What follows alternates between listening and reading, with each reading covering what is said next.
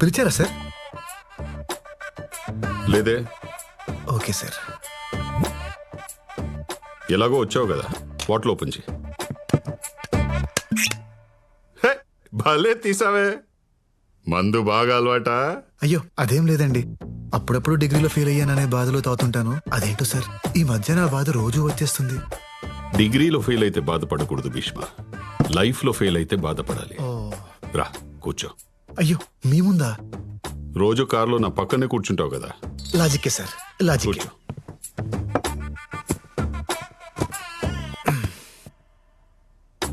పెగ్గే, నాది చాలా discipline life style Bhishma. Morning 2 eggs, evening 2 pegs, night 2 legs. Sir chicken legs అన్నానయ్యా, proteins. Okay okay sir. నువ్వే వద్దులేండి sir, నేను మందు తాగితే నాకు మీమ్స్ వస్తాయి. అవునా? వేసి చెప్పు.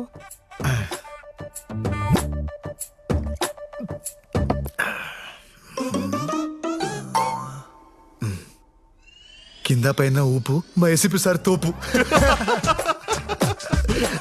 బాగుందయ్యా, ఇంకోటి చెప్పు. 1 minute సార్, ఐస్ క్యూబ్స్ తీసుకురా తీసుకురా వెళ్ళు.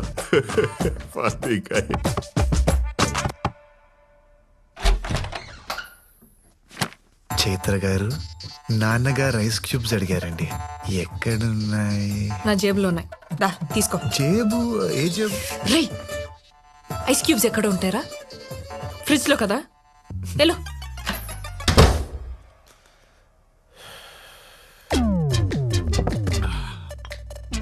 ఐస్ ఎక్కడ? దారిలో జలుబు చేస్తుందేమో అని డౌట్ వచ్చి వెనక్కి వచ్చాను సార్. ఈసారి ఊపడాలు కాకుండా ఏదైనా పవర్ఫుల్ గా చెప్పు. పవర్ఫుల్ గా అంటే హీరో హోండా స్ప్లెండర్. ఏంటే హీరో హోండా స్ప్లెండర్, మా ACP sir thunder. Super timing sir. మందు తాగేటప్పుడు ఇలాంటి ఎంటర్టైన్మెంట్ మిస్ అయ్యాను రా.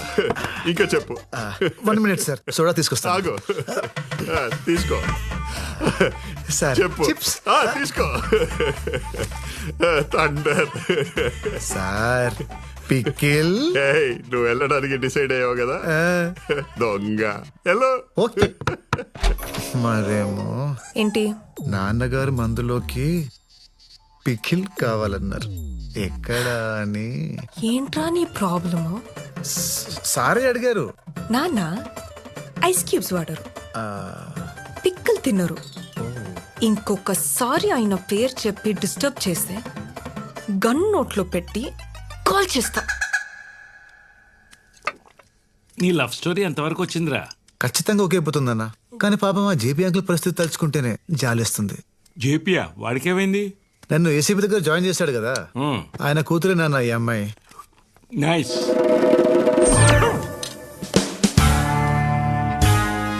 ఏసీపీ అంటే వాడేనే నా క్లాస్మేట్, గుర్తుందా? చిన్నప్పుడు వీడు వాళ్ళ అమ్మాయిని ముట్టుకున్నాడని గొడవపడి అంత రచ్చ చేశాడు, కొట్టుకు సత్యం. ఇప్పుడు ఈ విషయం తెలిస్తే ఏమవుతుందో అని భయంగా ఉంది.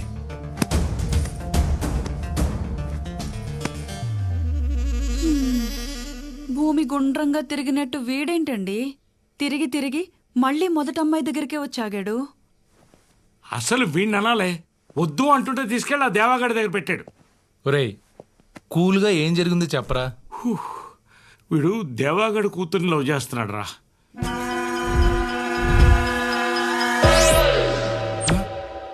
Cool. Today we all are here to discuss about what should be the future of Indian farming. అది కెమికల్ ఫార్మింగా లేదా ఆర్గానిక్ ఫార్మింగా? ఈ విషయంపై మాట్లాడడానికి ఈ రోజు మన ముందున్నారు field science MD mister Raghavan గారు, అలాగే భీష్మ ఆర్గానిక్స్ ఎండి శ్రీ భీష్మ గారు. ఈ రోజు వారి మాటల్లో chemical farming and organic farming కి సంబంధించిన ఎన్నో ఇంట్రెస్టింగ్ విషయాలను తెలుసుకుందాం. హే పర్విల్ భయ్యా, నువ్వేంటి ఇక్కడ? ఆ విషయం నేను అడగలరా? ఆయన నువ్వేంటి ఇక్కడ? షో కోసం వచ్చావా? షో కోసం నేను ఎందుకు వస్తాను భయ్యా, ఆ అమ్మాయి కోసం వచ్చాను. బాగుంది కదా భయ్యా? నువ్వు ఈ విత్తనాలు చల్లడం ఆపవారా? నువ్వు చేసిన పనికి నా జాబ్ పోయి నా క్వాలిఫికేషన్ కంటే తక్కువ నేను జాబ్ తీసుకొని ఫీల్డ్ సైన్స్ కంపెనీలో జాయిన్ అయ్యా. ఏం పంట వేసావు పెద్దనా? మిర్చి వేశానయ్యా. ఎరువులు వేసావా లేక దేవుడి మీద భారం వేసావా? మీ కంపెనీ ఎరువే వాడానయ్యా. చేతి నిండా పంట వచ్చింది. చాలా సంతోషం అయ్యా. మనం ఏం చేసినా రైతుల సంతోషం గురించే కదా భీష్మ గారు.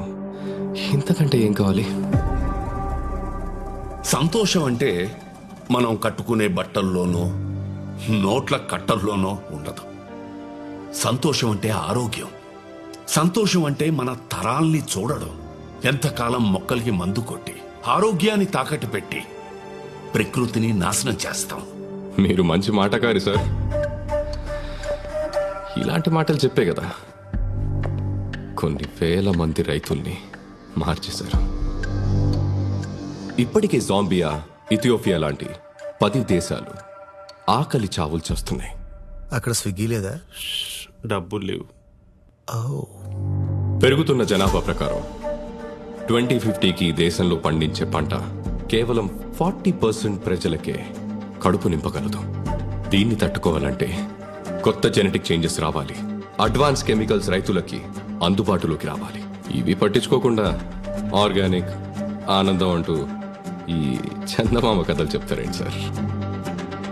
ఆర్గానిక్ ఫార్మింగ్ అనేది పాత పద్ధతి, మీకులా పాత పద్ధతి. అసలు నువ్వు sir sir sir sir sir మీరు మీ కంపెనీ వాళ్ళు తప్ప, నేను చెప్పిన తప్పని ఇక్కడున్న ఒక్కళ్ళని మాట్లాడమనండి. మీ ఆర్గానిక్ ఫార్మింగ్ గురించి అందరికీ తెలుసని నమ్ముతా.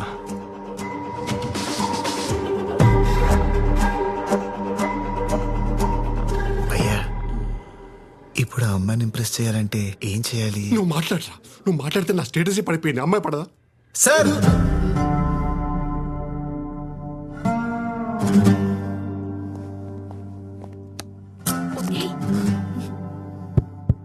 Check check. ఏంటి ఇప్పుడు పాట పాడతాడా? మీరు చెప్పింది కరెక్టే సార్. బయట ఎవరికి ఆర్గానిక్ ఫార్మింగ్ గురించి పెద్దగా తెలియదు. జాంబియా, ఇథియోపియా లాంటి దేశాల్లో ఆకలి చావులతో చేస్తున్నారనే విషయం కూడా చాలా మందికి తెలియదు సార్.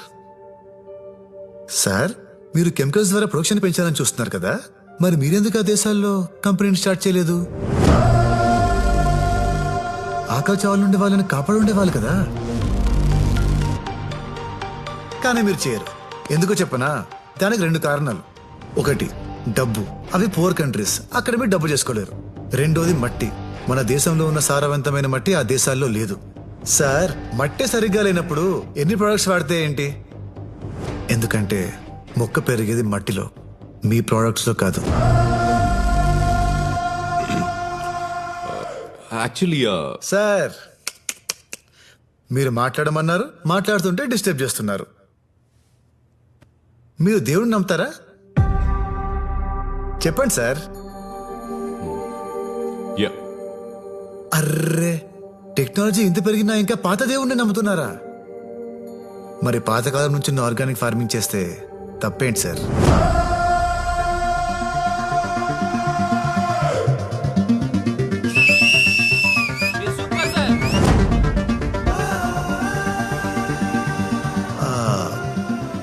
మన వేదాల్లో, మనుస్మృతి లాంటి గ్రంథాల్లో బీడు భూమిని కూడా బంగారంలో మార్చగల ఆర్గానిక్ ఫార్మింగ్ గురించి అప్పుడే రాశారు. Yeah, it's true. దాన్ని కరెక్ట్ గా ఫాలో అయితే వ్యవసాయానికి, భూమికి ఎలాంటి కెమికల్ అవసరం లేదు. ప్రకృతికి మనిషి అవసరం లేదు. కానీ ప్రకృతిలో ఉన్న ప్రతి అణువు మనిషికి చాలా అవసరం. దయచేసి మీ కెమికల్స్ వాటిని నాశనం చేయకండి. From here and there, my friend MSc agriculture gold medalist mister Parimal భయ్య గారు కంటిన్యూ చేస్తారు. Thank you.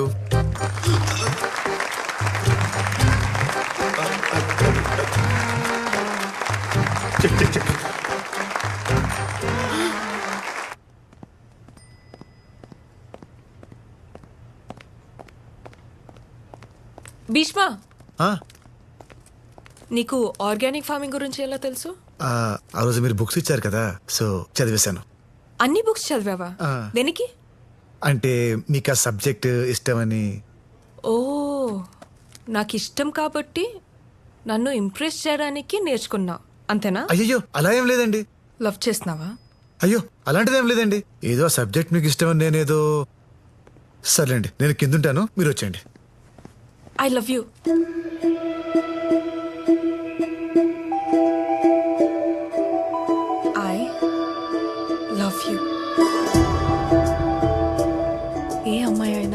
ఇష్టపడాలంటే అద్భుతం జరగక్కర్లేదు, ఒక అభిప్రాయం క్రియేట్ అయితే చాలు. అలాంటి అభిప్రాయం నిన్ను చూడకముందే కలిగింది. హలో నానా, నా కారు ఆగిపోయింది. హైదరాబాద్ లో యూత్ చాలా చెడిపోయారు. సార్, నలుగురు ఫ్రెండ్స్ దమ్మేస్తూ మాట్లాడుకున్నంత మాత్రాన వాళ్ళు ఖాళీగా ఉన్నారు, కసిగా లేరు అంటే ఎలా సార్? వాళ్ళల్లో ఎప్పుడు ఎవడు ఏమవుతాడో ఎవడికి తెలుసు. టీలు ఇచ్చేటప్పుడు మోడీ గారిని కూడా చాలా చీప్ గానే చూస్తుంటారు కదా సార్. అప్పుడు అర్థమైంది నాన్నతో మాట్లాడింది నువ్వని. ఆ క్షణం నుంచి ప్రతి క్షణం నీ కంపెనీని ఎంజాయ్ చేస్తూనే ఉన్నాను. నా కోసం 10 మందిని కొట్టా. 20 రోజులు మా నాన్న దగ్గర ఉన్నాం. 30 నిమిషాల్లో నీకు తెలియని సబ్జెక్ట్ నేర్చుకుని మాట్లాడా. ఏ అమ్మాయి అయినా తను అడిగింది చేసేవాడు లైఫ్లోకి వస్తే హ్యాపీగా ఫీల్ అవుతుంది. కానీ తన కోసం ఏదైనా చేసి నీలాంటి వస్తే అదృష్టంగా ఫీల్ అవుతుంది. I love you.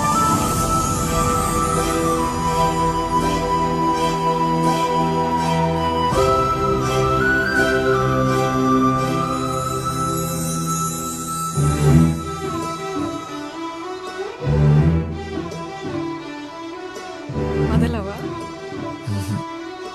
Life long వదలు.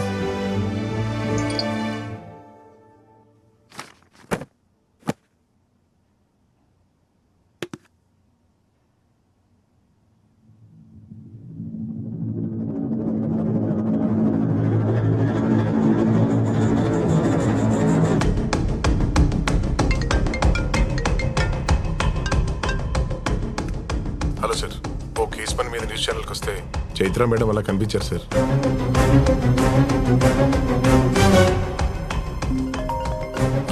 వీడు ఫోన్ చేస్తున్నాడేంటి?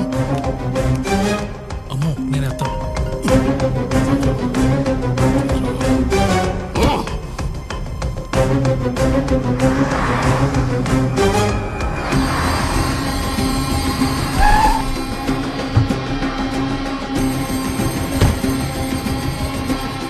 జేపీ ఎక్కడ?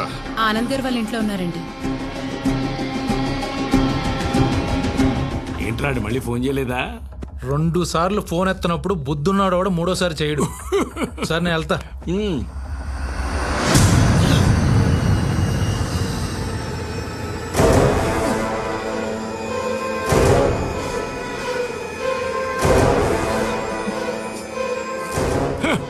ఏమిట్రా అక్కడే ఆగిపోయావు?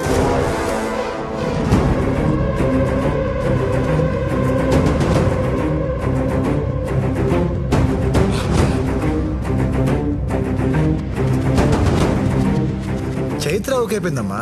వాళ్ళ నాన్నని ఎలా మేనేజ్ చేయాలో వరకు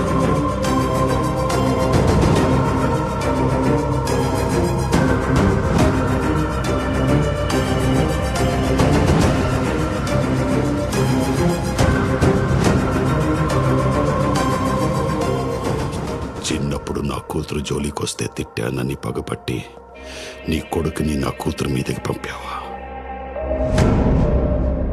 ఇదంతా నువ్వు ఎగ్జిక్యూట్ చేస్తున్నావా చెప్పి? అది కదా నా మాట. వాడి మొహం చూస్తేనే నాకు నచ్చదు. అలాంటిది వాడి కొడుకుని నా అల్లుడుగా చేసుకుంటానని ఎలా అనుకున్నావు? సార్, చిన్నప్పుడు ఏం జరిగిందో నాకు గుర్తులేదు, కానీ చైత్ర అంటే నిజంగా నాకు చాలా ఇష్టం సార్. ఏంటో ఏంటో చాలా ఇష్టం. నువ్వేంటి, నీ బతుకేంటి? ఆనందం అంటే నచ్చినట్టుండడం అని, ఏది సాధించకుండా ఖాళీగా మిగిలిపోయిన వేస్ట్ రా వీడు. వీడి కడుపున పుట్టిన వేస్ట్ వి నువ్వు. రే, ఏంట్రా చూపు? నా కూతురు కావాల్సి వచ్చిందా? తన రేంజ్ ఏంటో తెలుసారా నీకు? ఏసీపీ కూతురు అయింది కూడా ఏ రికమెండేషన్ లేకుండా భీష్మ ఆర్గానిక్స్ కంపెనీలో టాప్ పొజిషన్లో ఉంది. She's an independent women. నువ్వు డిగ్రీ కూడా పాస్ అవ్వని పొరంబోకు. అది పని చేసే కంపెనీలో వాచ్మెన్ గా కూడా పనికిరావు నువ్వు. నీకెందుకు రా? అబ్బో, ఏమన్నావు? వాడు వాచ్మ్యాన్ గా పనికిరాడా? వాచ్మ్యాన్ గా పనిచేయాల్సిన కర్మ వాడికేంట్రా? ఆ కంపెనీ వారసుడే వాడైతే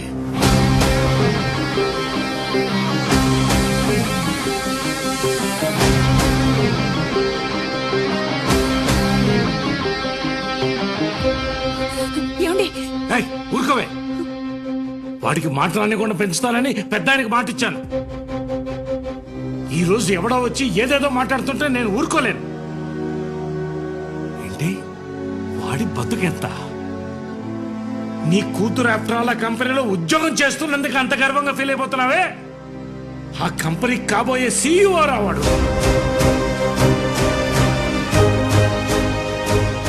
Bhishma organic company chairman Bhishma గారి ఒక్క మనవడు.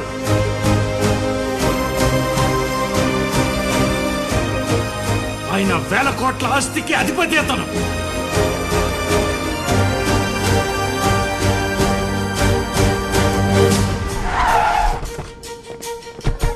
సార్, అంత పెద్ద కంపెనీకి కాబోయే సీఈఓ మీరు ఎలా ఫీల్ అవుతున్నారు సార్?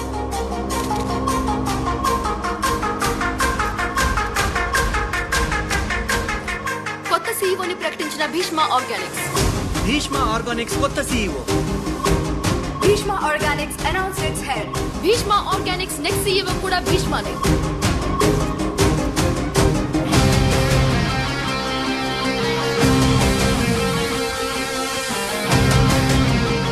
I'm shocked. ఈ భీష్మనే ఆ భీష్మకి నిజమైన వారసుడా? అవును అనిపిస్తే మా వీడియోని లైక్ చేయండి.